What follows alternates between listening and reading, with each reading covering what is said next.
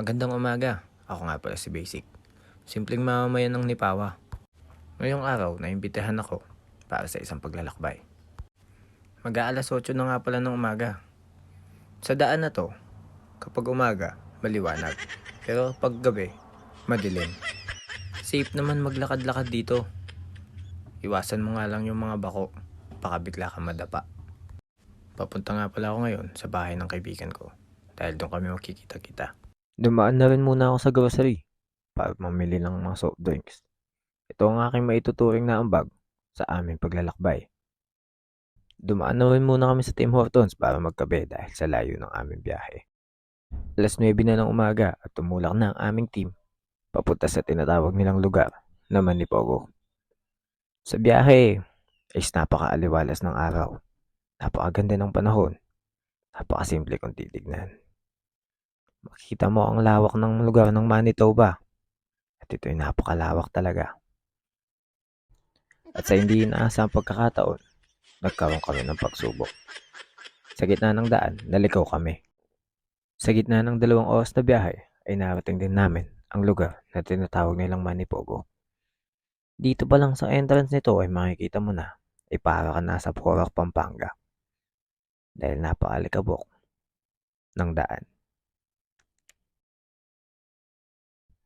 Pero napakaganda ng tanawin dito. Sa bungad, makikita mo agad ang lawa, mga tao, at iba pang mga naririto. Ang lugar na napakaaliwalas. Dito nga pala kami sa bandang gitna, kaya medyo malayo-layo pa mula sa entrance. Sa wakas ay narating na namin. Napakaaliwalas talaga ng panahon dito. Napaka-presko ng hangin. Hindi gaanong mainit ang panahon ngayon.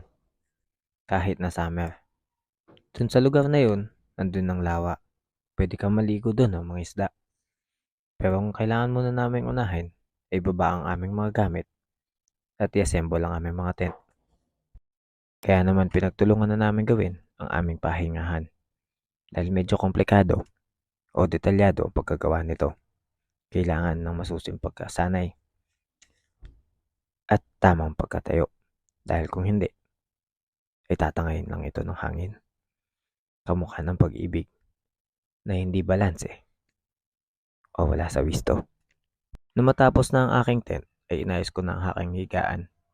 Inayos ko na rin ang mga kagamitan dahil malapit na kaming kumain. Mga Kapampangan pala lahat kami dito.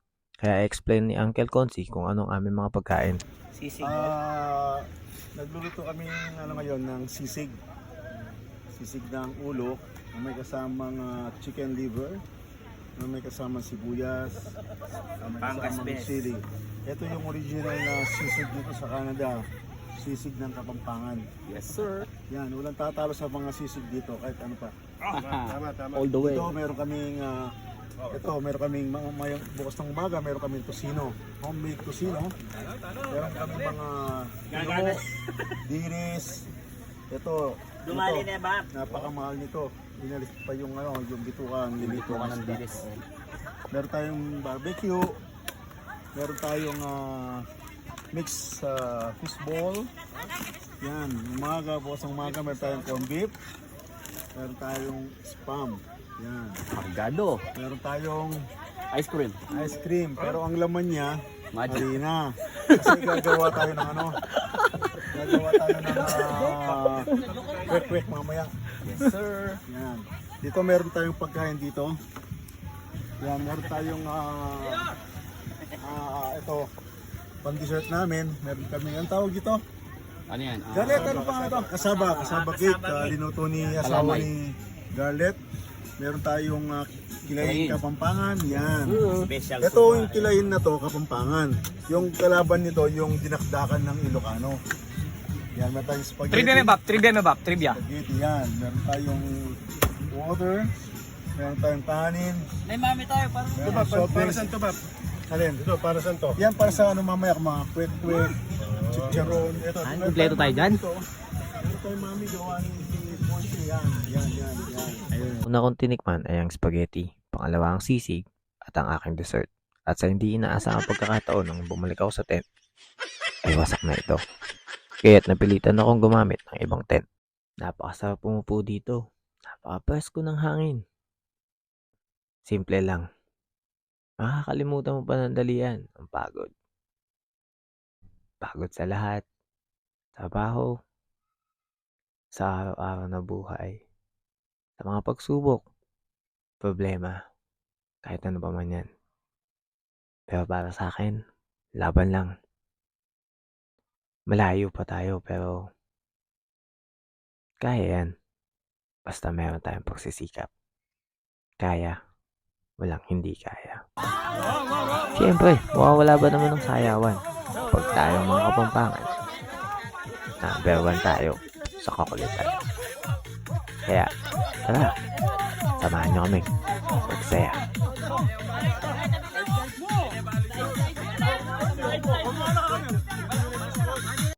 At dahil libreng mangisda dito, sinamantala na rin namin ng mangisda sa pagkakataong ito.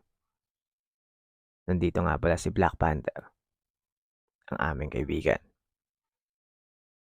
Isa sa mga mangingisda sa Nipawa. Siyempre, mga kapampangan tayo. Mawawala ba dyan ng inuman? Kaya, sa akin muna yung tagay. Shoutout sa inyong lahat. Maraming salamat sa inyo, sa pamilya nyo, sa mga pamilya nyo, sa pag-invite sa akin sa camping na to. Naging masaya ako. Naging masaya tayong lahat. Sana'y marami pang camping na darating sa susunod na mga araw. At sana sa pagkakataong yun, ay kasama na ang aking pamilya. Ito ang aking tropa na napakakulit. At may nakilala rin ako mga kaibigan. Galing sa Winnipeg. Mga kapampangan din sila kagaya ko. Salamat po sa inyo. Maraming salamat sa mainit na sabaw na sinigang. Napakasarap po nito. Hindi ko po kayo makakalimutan dahil sa napakabait niyong pagtanggap sa akin. Maraming salamat po. Sana na-enjoy niyo ang inyong bakasyon. At sana magkita-kita pa tayong muli. Maraming salamat po sa inyo. At pagkain na naman pagbalik sa ating cottage. Dahil ang dami nating hinanda ng mga pagkain. At dahil July 1 ngayon, pinagsiselebrate natin ang Canada Day. Napakasimple lang ng selebrasyon.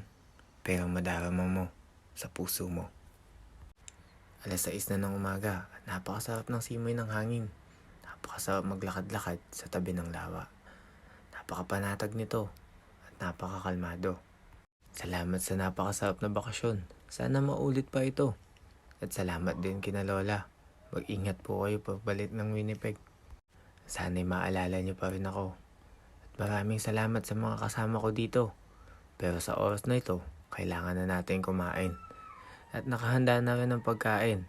Kaya siyempre, explain sa atin to ni Konsi. Good morning mga kapamangkin. Ito, nagigising natin. Meron tayong almusal. Ito, nagluto tayong sinangag. Meron tayong mga bigas dito. Mga kapamangkin, extra ako dito! Yan, dito tayo. Yan. Scarlett. Nagluluto ng Shanghai at saka sausage. Ito, meron tayong mga kapamangkin. Mga sausawan. Yan. Dami Ito, mga danggit At saka,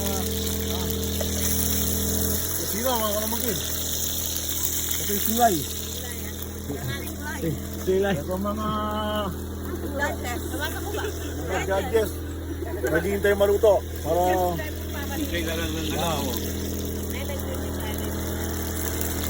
pagkatapos sama kayo kahit kayo nagluluto tayo nagluluto si Ibon. Yan. Magic ka na yan. Pagkatapos ito, Magic sinangag. pagkatapos namin dito, alis na kami. Ilipat kami ng campground. Pupunta kami sa malapit ng casino. Sa San Hill. Ba't casino? Para pagkatapos ng nakapunta kami ng casino. Casino? Casino talaga. Yan, kalit kita ako kasama. Makabahala. Okay mga kapamangkin ha? Siyempre, bago kumain, kailangan muna natin magdasal at magpasalamat sa nasa taas. Dahil siya ang nagbigay ng ating mga pagkain at inumin. Maraming salamat po sa lahat ng blessing na binibigay niyo sa amin sa araw-araw. Oras na ng paglisan kaya kailangan ng maghanda. Itinupi ko na ang aking bedsheet. para ito'y may sakay na sasakyan. Dahil anumang oras ay aalis na kami. Sana maulit pa to sa ibang pagkakataon. At ingatan niyo po kami sa aming paglisan pauwi. Maraming salamat po at na-enjoy namin yung pagkakataong ito. Sana maulit pa ito sa ibang pagkakataon. Ingatan niyo po kami sa aming paglalakbay. Maraming salamat. Amen.